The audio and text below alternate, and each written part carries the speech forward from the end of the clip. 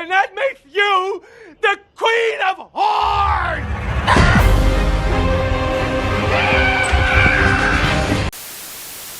Norbit is a movie that you either love or you hate, and I fall somewhere in between. I can see why people like it, but you know some parts didn't age that well. In any case, I realized that it would be funny to just go through and see if this movie actually held up. So let's get into it.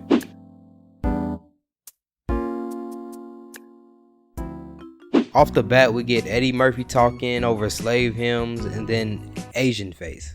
Am I the only one who doesn't think this bit is funny? Like, what's up with the 2000s and black comedians and Asian stereotypes? It doesn't even look good. Bro looks like a diseased Mike Tyson, just face covered in clay for what?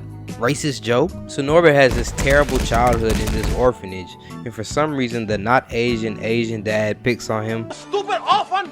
Nobody want a bored orphan! Nobody! How you find family with no hair? Norbit, where you go? Why you run off like little... I'm like, what he say me for? In the end, he likes his childhood, and he even gets himself a childhood biddy.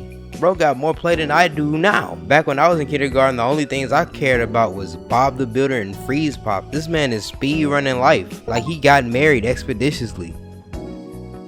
He even ended up side questing divorce too. So Norbit gets a little bit older and he looks like a dark-skinned RDC Ben. After being bullied by some white kids, he meets this respectfully round girl named Rasputia. Now he has a girlfriend bodyguard on his side to protect him from being bullied. I'll take...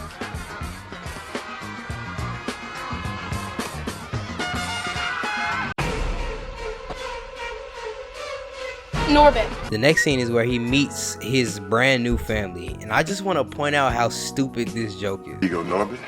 Say the best piece for you. What's that?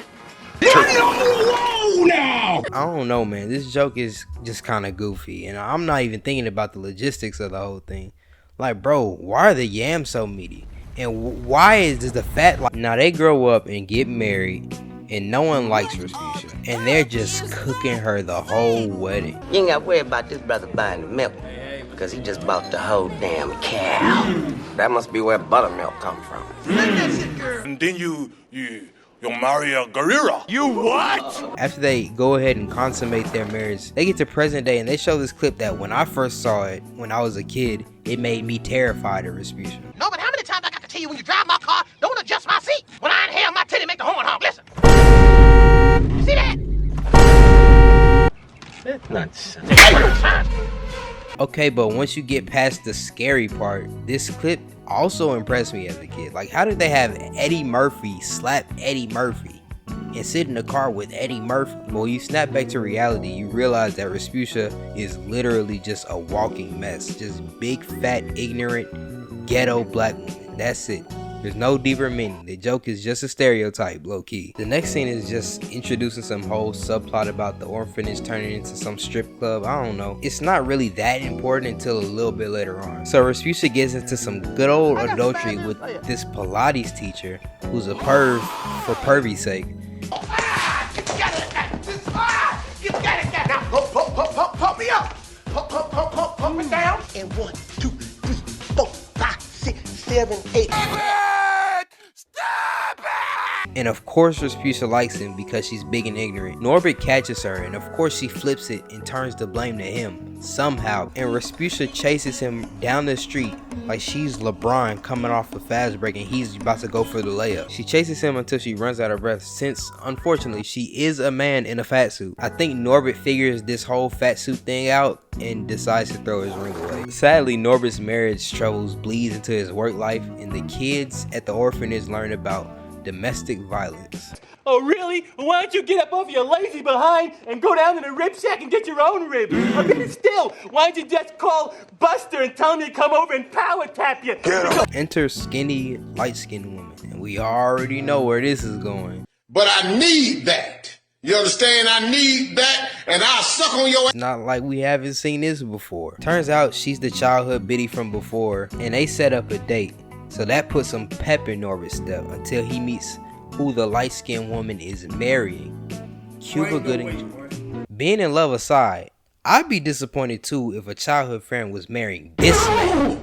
Rasputia murks the neighbor's dog, And this is the last straw for Norbit. Not the verbal abuse, not the physical abuse, not the cheating. This is what breaks this man. Norbit wants to leave, but Respucia doesn't want this for some reason. So she says this. But please, I'm a child. The childhood biddy, oh, her name's Kate, by the way. Anyway, the childhood biddy finally gets to meet Respucia, and Respucia does not like Kate or Norbit being around her. W hypocrisy. You know, one thing I don't really understand is why these two are so infatuated with each other. Like, the last time they saw each other was when they were like 6 years old. They're acting like they had a super long time friendship or something. Like, it would be cool to catch up, but you don't know this woman for real. I had gas. I still got it. There's your child. Now go get me something to drink. Is this serious? It's raining little white women. My prayers have been answered. Anyway, while Norbit's just chilling with Kate, Respucia tries to off him again. Even got a liquor license. Interesting. It's a perfect place for a titty bar. Did you say titty bar? Yeah, that brother's starving. At least they subvert the light-skinned, dark-skinned dynamic by making the light-skinned man the evildoer this time. Respucia catches Norbit sneaking out of his own house to go to the water park with Kate, and she decides to go with him. So we are now at the infamous water park scene. I remember seeing this scene in commercials and just remember large butt blasted on the screen. Also, why did Norbit decide to wear a collar shirt to a water park? Eddie really wanted this character design to have the least aura possible, didn't he? Mary, Mother of God!